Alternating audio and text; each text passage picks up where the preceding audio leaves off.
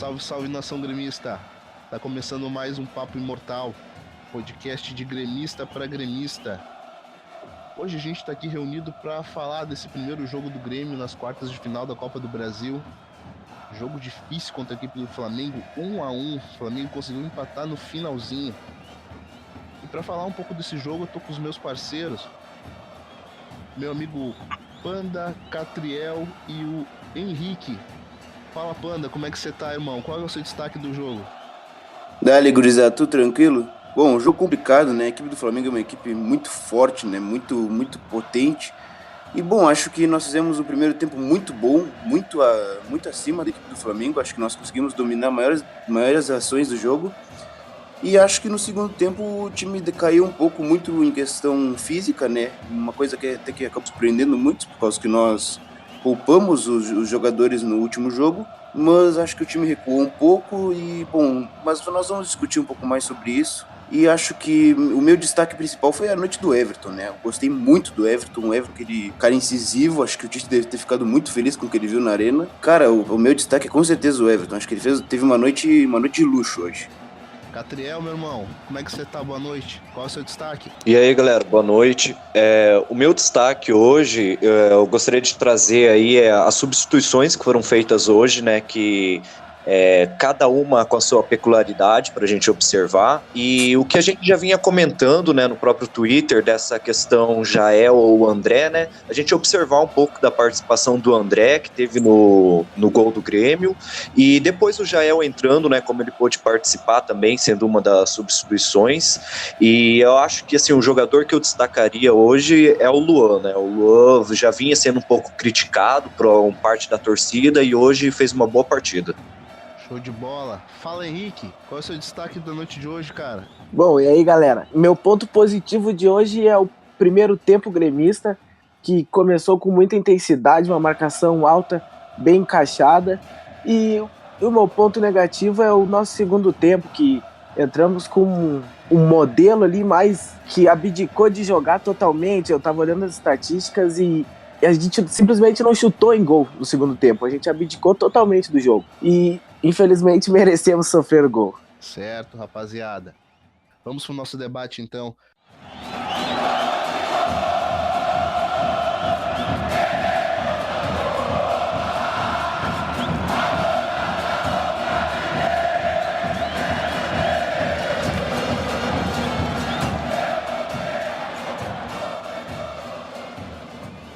Catriel, Everton fez uma partida de encher os olhos, né?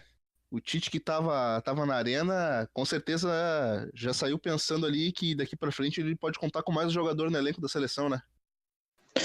Claro, claro, o Everton ele jogou demais, né? A gente comentava isso, né, de jogar pelas laterais, de aproveitar esse contra-ataque que os laterais do Flamengo sobem muito, e o Everton fez isso muito bem, e muito também por contribuição do Luan, né, que ali uma triangulação, um toque de bola rápido ali, o Everton veio muito bem, acertando bem, vencendo os duelos, né, ali no 1 contra 1 ele foi muito bem, né, então acredito que o Tite deve ter que ter atenção com esse jogador, porque tem futuro e para nós já está contribuindo muito, né? Panda. Bom, cara, eu gostei muito do jogo, achei muito interessante e gostei muito do Everton, achei muito bem ele, achei muito incisivo e principalmente também o que o Catriel falou aí sobre o Luan, atuando naquela região das entrelinhas, a famosa região inglesa, né? Como nós tínhamos até falado no Twitter antes do jogo, que aquela região podia ser muito utilizada pelo Luan pelo fato de que só tinha ele por ali, né? O volante do Flamengo. E o Luan aproveitou muito bem esse espaço, conseguiu atacar bem, principalmente associando com o Everton e com o Ramiro pelas alas, e a partir de um jogo justamente pela lateral conseguimos desenvolver o nosso gol, né? Uma jogada do Léo Moura, em que ele invadiu a área ali nas costas do René e conseguiu cruzar com o André puxando a marcação e o Luan com liberdade para marcar. Henrique. Bom, não tem como não destacar o primeiro tempo do Everton, né? Todas as bolas que iam nele, ele criava alguma coisa importante para o Grêmio. Sempre uma jogada de perigo. Mas um dos meus destaques, além do Everton, é o Cícero, que a cada jogo está se mostrando mais preparado e melhor entendendo o que o jogo proposto pelo Grêmio pede a ele. Ele tá ficando mais atrás e tá conseguindo segurar contra-ataques, pressionar quando é necessário. Ele tem o potencial da sua altura, que ele consegue afastar tanto bolas na defesa, como também cabecear no ataque, e fora os chutes de longa distância, né? Verdade. Esse primeiro gol do Grêmio mostra bastante esse DNA que o Renato está implantando na equipe. Uma jogada de triangulação ali por dentro entre Léo Moura, passou pelo pé do Maicon até chegar entre Léo Moura e Ramiro. E aí, para conclusão do Luan dentro da área, foi só daquele toque de gênio correr para abraço. Mas, gurizada, ao mesmo tempo que Léo Moura nos enche os olhos com essas atuações, com sempre que ele vai na linha de fundo, ele provoca alguma coisa boa. A gente pode sempre esperar alguma coisa boa quando o Léo Moura consegue ir na linha de fundo. Ao mesmo tempo é uma preocupação, porque acaba sendo sempre uma substituição certa do Renato. Ô Panda, como é que tu enxerga isso? Como é que tu avalia o fato do Renato ter sempre essa carta na manga de ele não vai conseguir não surpreender não tirando o Léo Moura, porque fatalmente ele não consegue muito mais 45 minutos pela idade dele, né? Bom, cara, hoje principalmente eu gostei da atuação do Leonardo quando ele substituiu o Léo Moura. Acho que ele entrou muito bem defensivamente, conseguiu segurar muitos ataques, principalmente quando o Vitinho entrou. O Vitinho estreou bem pelo Flamengo e acho que ele foi muito bem individualmente, né? E é complicado essa questão do Léo Moura, que ele tem sempre o primeiro tempo de alto nível. Ele é um dos melhores apoiadores do Brasil pelo lado. Eu adoro muito o futebol do Léo Moura, mas é isso que tu acabou de dizer, né? Ele é uma substituição praticamente certa, né?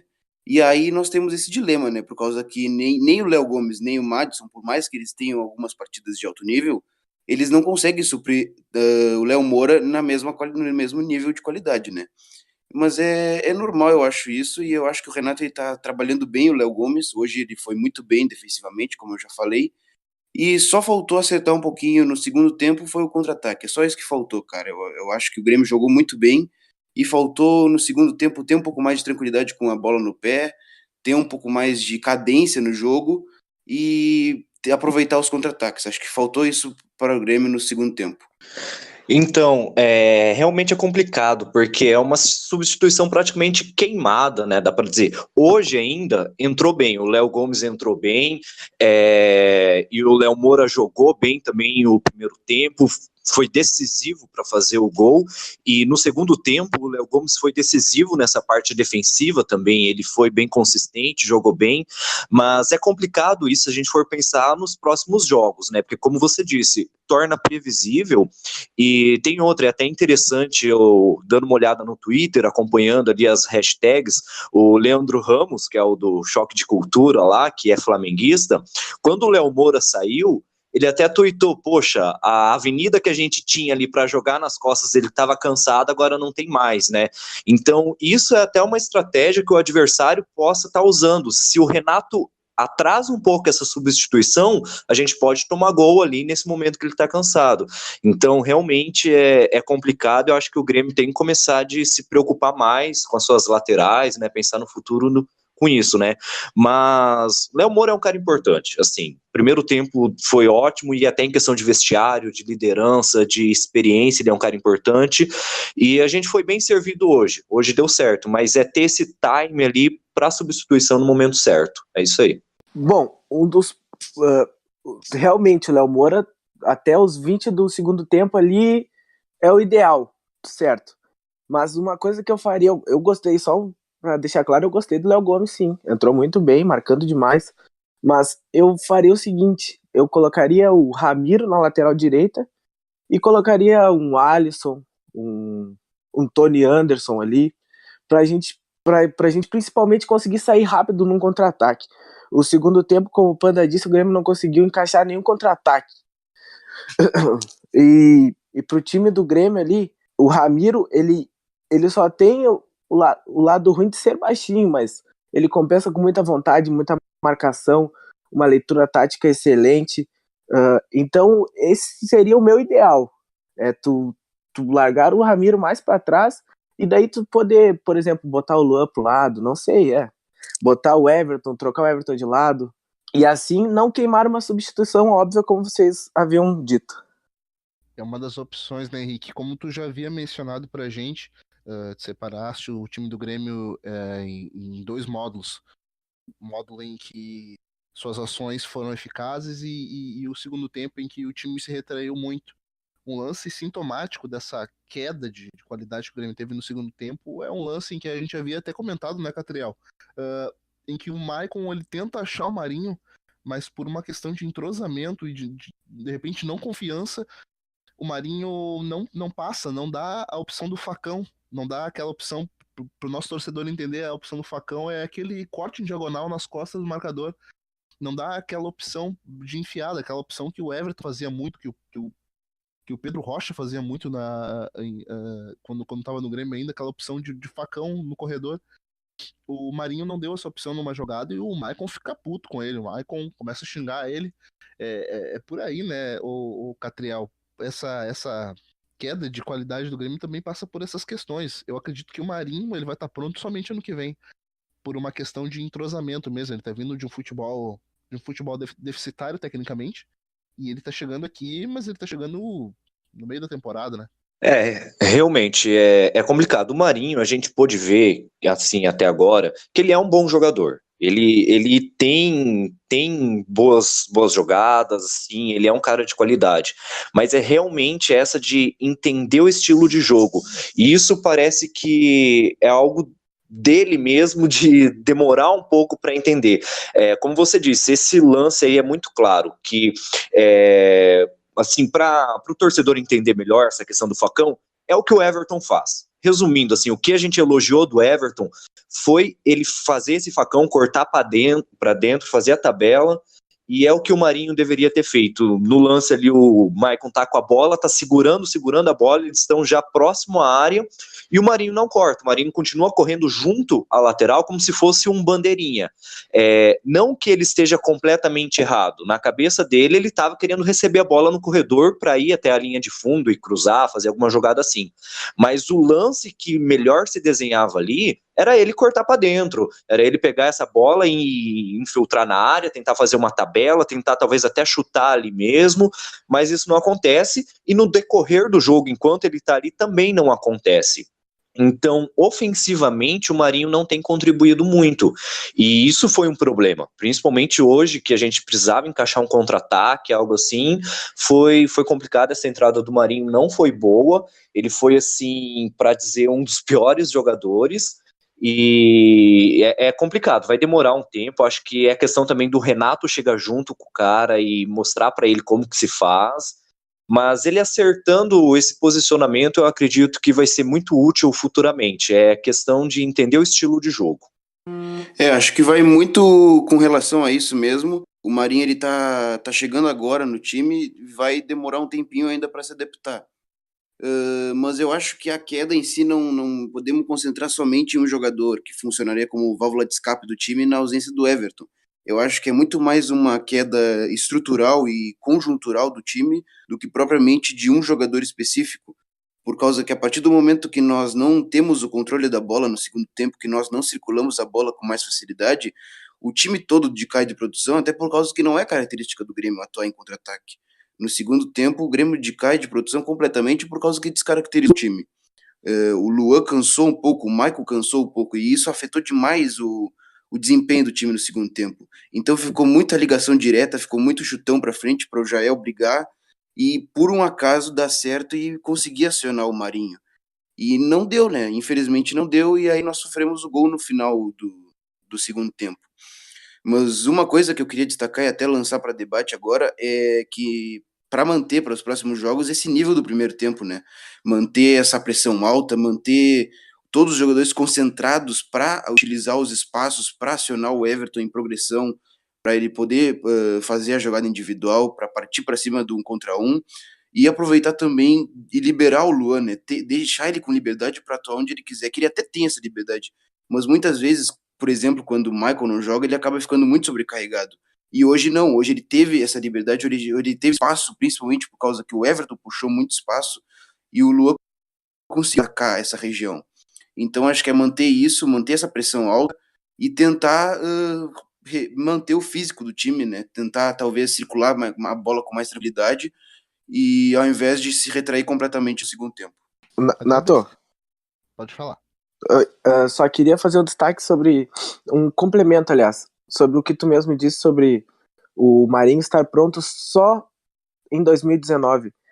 Usando um exemplo atual, o Cícero é um cara que está desde 2017 no Grêmio e só agora está mostrando um futebol que está convencendo a torcida. Sim, claro. Tu quer destacar mais alguma coisa? Posso também fazer um complemento do que o Catriel mesmo disse sobre o Grêmio no segundo tempo não querer a bola de maneira alguma. Um exemplo claro é na primeira rodada do Brasileirão, quando a gente estava vencendo por 1-0 Cruzeiro, a gente tocava a bola, parecia com um a menos, parecia que a gente estava com todos os jogadores em campo, né? E um exemplo bem atual é contra o Atlético Mineiro, que a gente, após o gol após 1-0, o Grêmio dominou totalmente a partida, tocando a bola muito bem, fugindo da pressão com maestria. Rapaziada, agradecer ao nosso torcedor gremista que chegou junto com a gente lá no Twitter lá. A gente havia feito uma enquete para saber do torcedor gremista o que ele gostaria de ver no jogo contra o Flamengo. Se ele, entre os nossos atacantes disponíveis para o jogo, ou o Jael ou o André. Porque são jogadores com características diferentes e que dão características diferentes também ao time quando tá jogando. Ô Henrique, a minha questão vai para ti nesse sentido. Na tua opinião, qual jogador rende mais jogando e qual é o jogador que você gostaria de ver jogando mais com a camisa do Grêmio? Pra ti, quem deveria ser o titular? André ou Jal?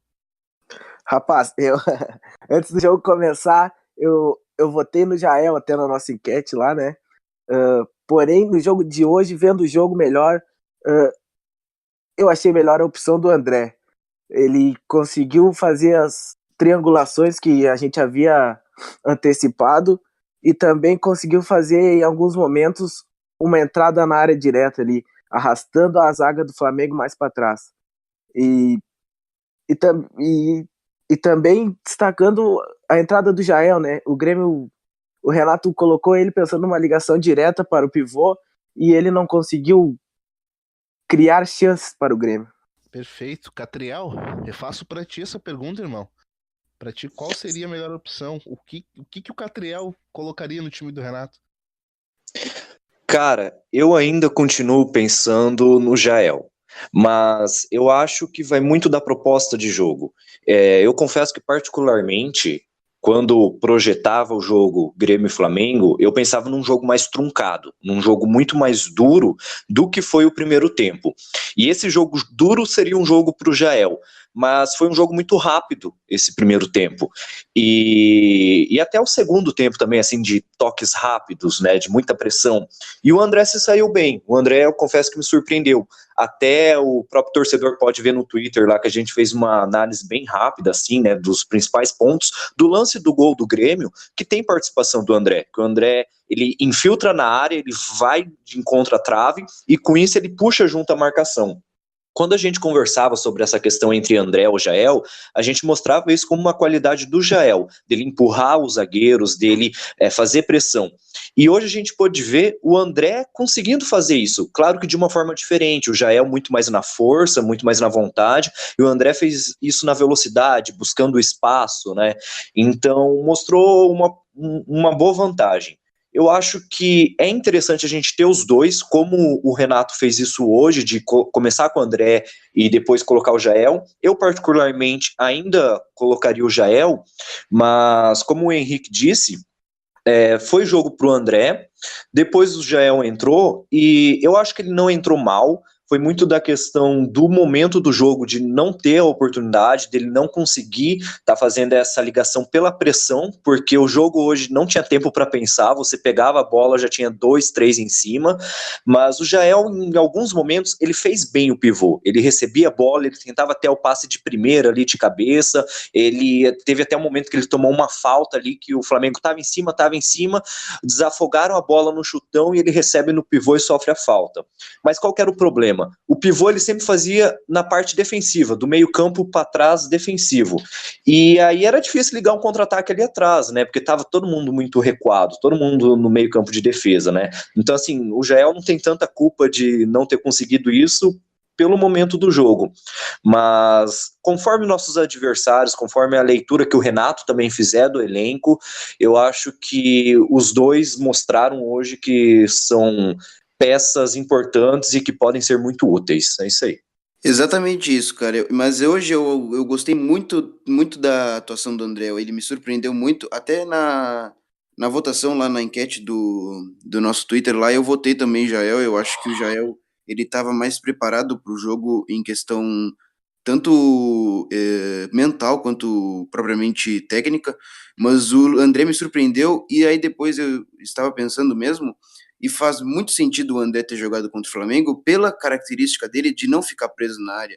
Por causa que a partir do momento que o André se movimenta e busca mais espaços entre as laterais, até mesmo junto do meio campo, e se junta com o Luan naquela região entre linhas e consegue fazer muitas associações interessantes. Então, muitas jogadas nós vimos o André junto do Luan por dentro e o Everton e o Ramiro bem abertos, dando opções de passe. E ainda o Michael encostando. Então eu achei que foi muito inteligente a postura do Renato mantendo o André, tanto pelo fato de coerência com o grupo e pelo fato de inteligência contra o adversário. Eu acho que foi muito interessante e eu gostei da atuação do André, tanto no gol, como o Catriel mesmo disse, ele puxou a marcação e o Lu apareceu com liberdade para marcar. Então, rapaziada, já entrando na reta final do podcast de hoje, já projetando o Grêmio já para a próxima rodada. E adivinha só, próxima rodada Flamengo de novo. Henrique, o que tu acha desse time do Renato? O Renato vai poupar? Vai com time misto? O que tu acha que ele vai fazer? Bom, eu acredito que o Renato vai usar os titulares. Eu acredito que ele fez um planejamento para usar os reservas contra a Chapecoense, que não briga por nada do campeonato, e poder usar os titulares contra o Flamengo, que é o líder, e assim buscar o Flamengo na classificação. Eu acredito também que o Flamengo vai de reservas por ter trazido todo o elenco para Porto Alegre. Não, acredito que não foi à toa. E voltando ao Grêmio, acredito que o planejamento do Renato foi acertado, porque caso role alguma eliminação na Copa do Brasil ou na Libertadores, o Grêmio não se distancia do atual líder, que é o próprio Flamengo. Então, é difícil dizer, até para trazer para o torcedor, né, dar uma pensada. O Renato poupou, né, contra a Chapecoense, vem agora com o elenco descansado, e o Flamengo contra o Grêmio jogou com o mesmo elenco que jogou contra o Sport. Então, assim, em tese, os jogadores estariam mais cansados. Eu acho que os dois vão com um time misto. O Grêmio mais para reserva e o Flamengo mais para ter titulares, para ter um time misto ali. Eu acho que o Flamengo está tentando manter o equilíbrio, talvez até numa questão de surpreender, de não entregar tudo de mão beijada assim, né? Mas eu acho que esse jogo do Brasileirão, a cabeça dos dois técnicos, talvez não estejam nem tanto nessa questão de pontuação, mas eu acho que é aproveitar esse jogo para estudar o adversário. Acredito que esse jogo vai ser realmente isso, uma questão de estudar o adversário, questão técnica mesmo, porque eu acho que os jogadores vão ser misto. O Barbieri do Flamengo trouxe os 29 jogadores, mas acredito que a proposta dele não seja trocar os 11, mas a maioria acredito que vai ser os reservas mesmo, para pensar nesse confronto ainda mais agora que está aberto, né, que está 1-1 e quem ganhar leva, né. Cara, antes de só falar sobre o próximo jogo, eu gostaria de ressaltar a atuação do Kahneman, cara, que olha, eu achei uma atuação sensacional. Ele no primeiro tempo, nas perseguições, assim, ele foi muito bem, e no segundo tempo também, quando o Grêmio estava marcando em bloco mais baixo, mas no primeiro tempo, o Grêmio marcando em bloco alto, o Kahneman saindo em pressão em cima do Uribe, saindo em pressão em cima até dos meias, foi sensacional. Eu só queria ressaltar isso também. E com relação ao próximo jogo, eu acredito que o Grêmio vá com um time misto, um pouco mais para reserva também, até pelo fato do Grêmio ter decaído bastante no segundo tempo, tanto no quesito físico, e isso resultou no quesito técnico, né? Não fomos muito bem no segundo tempo, e as nossas principais peças sentiram, acho, o físico. O Maicon, por exemplo, não apareceu muito. Mas eu vejo um jogo muito bom, mesmo assim, para que se desenha no sábado. E depois temos a Batalha da Libertadores, né? Até por causa que é contra Estudiantes, e aí acredito que nós temos que ir com o time titular. Obviamente nós vamos com o time titular, né? Então eu acho que é interessante poupar alguns jogadores, os jogadores chaves, não poupar todo o time, mas os jogadores chaves para o jogo contra o Flamengo no sábado. Então é isso, nação gremista. Já vá se acostumando com essas vozes aqui que você está ouvindo. A gente vai falar muito de futebol aqui ao longo desse ano, projetando muitas rodadas do Grêmio. Então já vai se acostumando. Aqui, gremista ouve gremista. Panda, muito obrigado, cara. Quem quiser ver o que você fala sobre futebol, te seguir nas redes sociais, como é que ele faz? Bom, cara, pode me seguir lá no Twitter, @jvcardoso05, tô lá, vamos trocar uma ideia sobre futebol, vamos falar de futebol de uma maneira séria, mas trocando ideia na tranquilidade, certo? Vamos seguir lá, @jvcardoso05 e vamos trocar ideia lá. Tamo junto, Nato. Tamo junto. Catriel, e o tricolor que quiser te seguir, faz como? Pode seguir lá no Twitter, @CatrielCochin. Estamos aí tanto dando RT nas páginas gremistas, acompanhando os jogos, e estamos juntos aí. Valeu, galera. Show de bola. Henrique? Bom, meu Twitter é @RickBKB e segue lá pra gente ter uma maior interatividade com nossos ouvintes. Valeu, Nato. Show de bola, rapaziada. Não se esqueçam que aqui gremista ouve gremista. Infelizmente, hoje a vitória não veio, mas seguimos. Você que tá no Twitter, navegando nas redes sociais, não esqueça de seguir a gente lá no @imortalcast. É o nosso papo imortal. Lá a gente tá falando muito de futebol, trazendo minuto a minuto quando tem jogo do Grêmio, trazendo notícias, informações, bate-papo, enquete. Então não esquece de seguir a gente lá, viu? Abraço. Tchau, tchau.